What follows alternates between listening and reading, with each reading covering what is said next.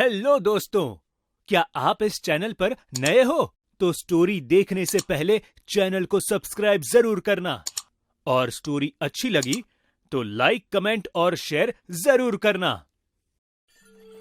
बहुत समय पहले की बात है, जब राजा महाराजा हुआ करते थे। तब ब्राह्मण वर्ग को हर क्षेत्र में सर्वश्रेष्ठ माना जाता था और सभी कार्यों में उनकी सलाह ली जाती थी। ये कहानी है एक छोटे से गांव सुंदरपुर की, जहां हरियाली से भरे खेत और पहाड़ियां थी और जहां के लोग विनम्र स्वभाव से रहकर मेहनत किया करते थे। उन्हीं में से एक थे सत्येंद्र ब्राह्मण। बेटा, चलो आज हमें राजमहल जाना है। क्यों? आज वहां क्या काम है? आज राज्य के सभी 11 सर्वश्रेष्ठ ब्राह्मणों का हवन है, जिसमें से हमारे ब्राह्मण परिवार का भी होना बहुत आवश्यक है। हम भी तो उनमें से एक हैं। मैं नहीं जाऊंगा, मुझे उनकी यह गुलामी अच्छी नहीं लगती। अरे, तुम ये कैसी बातें कर रहे हो? ब्राह्मणों का तो सदियों से यही काम चलता आ रहा है। यह उनका परम कर्तव्य है।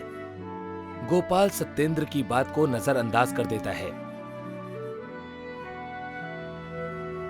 गोपाल एक बहुत ही लालची ब्राह्मण था।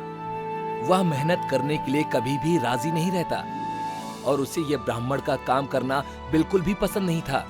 उसे हवन, यज्ञ जैसे काम बहुत ही बकवास लगते।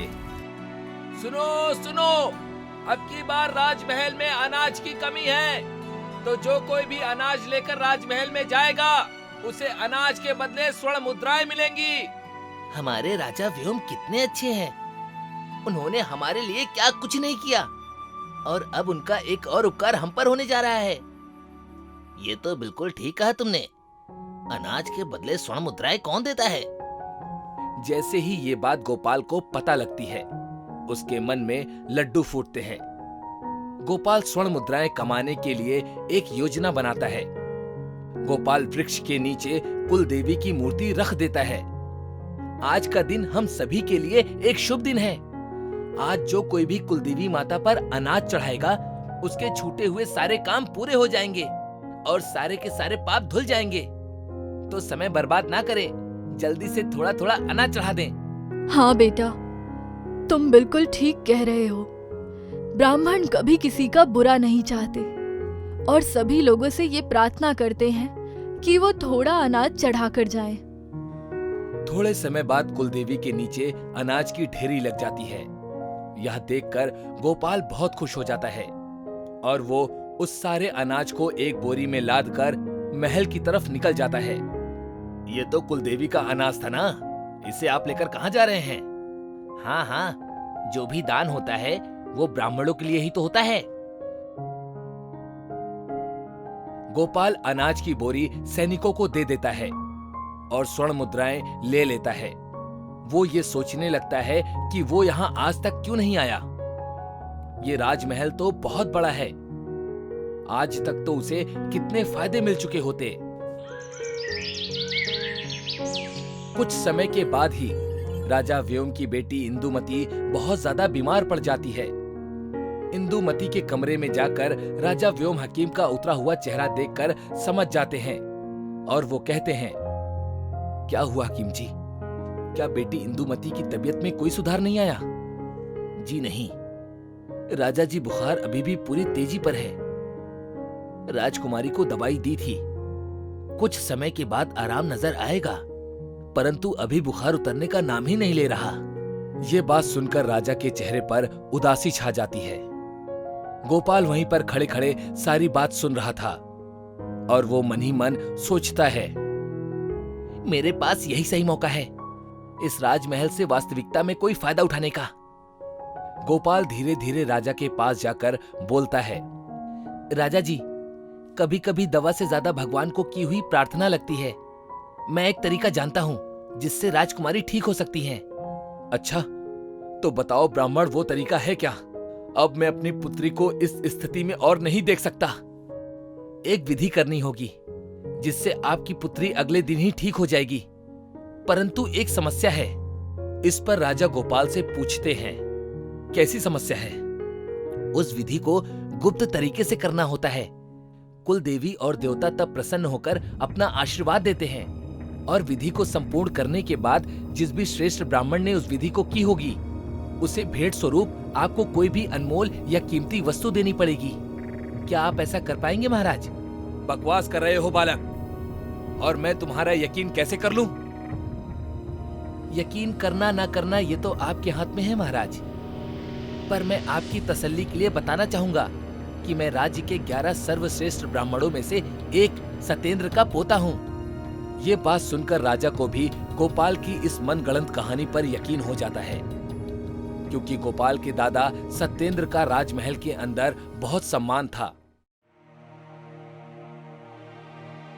अब कुछ समय के बाद गोपाल उन सबको हकीम के पास लेकर जाता है और पूछता है, राजकुमारी की तबीयत अब कैसी है?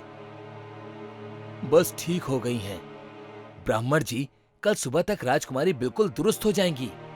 हम बस महाराज को बुलाने ही जा रहे थे, उनको इसकी सूचना भी देनी है। अच्छा रुको, राजा को अभी इस बारे में कुछ मत बताना और तुम जरा मेरे साथ बाहर तक आओ। जी लेकिन राजा जी को ये बताना ही पड़ेगा। मुझे पता है कि तुम्हें इस महल में दिन रात काम करने पर भी बराबर भुगतान नहीं मिलता। क्यों ना तुम राजकुमारी की तबीयत के बारे में राजा के सामने अपना मुंह बंद रखो। पूरे जीवन भर की जितनी जमा राशि है दे दूंगा। गोपाल की ये बात सुनकर हकीम पहले तो उसे मना करके झुठलाने की कोशिश करता है, पर बाद में उसकी नीयत फिसल जाती है। ठीक है, लेकिन मैं ये सिर्फ तुम्हारे कहने पर कर रहा हूं, पर पकड़े जाने पर इसमें मेरा नाम नहीं आना चाहिए। हाँ हाँ ठीक है, चिंता मत करो, तुम्हारा नाम इसमें नहीं आएगा। अब गोपाल ने राजा को उसकी बेटी के बीमार होने की अवस्था को ढाल बनाकर उन्हें ठगने की अपनी सारी योजना ठीक तरह से बना ली थी। ठीक जैसा मैंने सोचा था वैसा ही हुआ। यहां तो राजा हकीम सभी के सभी मूर्ख हैं। मुझे तो समझ में नहीं आता कि दादाजी ने इतने सालों तक इन जैसे लोगों के नीचे रहकर काम कैसे किया। अब अगले ही दिन गोपाल एक अकेले कमरे में बैठकर झूठ मूठ की विधि करता है, क्योंकि उसे पहले से ही पता था कि राजकुमारी इंदुमती अगले दिन ही स्वस्थ हो जाएगी। वह राजा को पूरा विश्वास दिलाता है कि इस विधि से देवताओं ने राजकुमारी को आशीर्वाद दिया है कि कल सुबह तक वो बिल्कुल ठीक हो जाएंगी। मैं तुम्हारा बहुत बहुत आभारी हूं गोपाल, तुमने तो कमाल ही कर दिखाया। ठीक तुम्हारी विधि के अनुसार मेरी पुत्री आज बिल्कुल स्वस्थ है। मैंने कुछ नहीं किया महाराज, ये सब तो आपकी करुणा और प्रजा के प्रति जिम्मेदारी एवं दया का भाव का फल है। हम तुम्हें प्रणाम स्वरूप राजकोष में से 5000 स्वर्ण मुद्राएं देना चाहते हैं, और हम तुम्हारे दादा सत्येंद्र के भी आभारी हैं, जिन्होंने तुम्हें ये विधि सिखाई है, तुम्हें एक सर्वश्रेष्ठ ब्राह्मण बनाया। इस बात पे गोपाल मन ही मन खुश हो रहा था, लेकिन उसे ये पता नहीं था कि उस समय उसके दादा सत्येंद्र उस दरबार में मौजूद थे और बोलते हैं, ये आप क्या कह रहे हैं महाराज? ब्राह्मणों में तो ऐसी कोई भी विधि नहीं होती। अपने दादाजी की आवाज सुनते ही गोपाल के चेहरे का रंग बदल जाता है। वह समझ जाता है कि अब उसका खेल खत्म हो चुका था। गोपाल के दादाजी एक बहुत ही प्राचीन और सच्चे ब्राह्मण थे। उन्होंने दरबार और राजघर की सेवा के लिए अपना पूरा जीवन व्यतीत कर दिया था। वह मर जाते परंतु कभी झूठ नहीं बोलते। परंतु दादाजी। वहीं मौन हो जाओ गोपाल, वरना तुम्हारे लिए अच्छा नहीं होगा।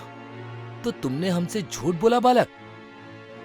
क्या तुम जानते नहीं कि राजमहल को गुमराह करने की क्या सजा होती है? इतने में ही सत्येंद्र राजा जी के सामने हाथ जोड़कर खड़े हो जाते हैं और बोलते हैं, इससे गलती हुई है महाराज। जो सजा आप हमें देना चाहें हमें मंजूर होगी, क्योंकि तुम हमारे राजमहल में हमेशा से काम करते आए हो। इसीलिए हम गोपाल को माफ कर रहे हैं, लेकिन ये इसके बाद कभी भी राजमहल का सर्वश्रेष्ठ ब्राह्मण बनने योग्य नहीं रहेगा। याद रहे बालक, बेईमानी, चालाकी और कपट करके आज तक कोई भी सुखी नहीं रह पाया है।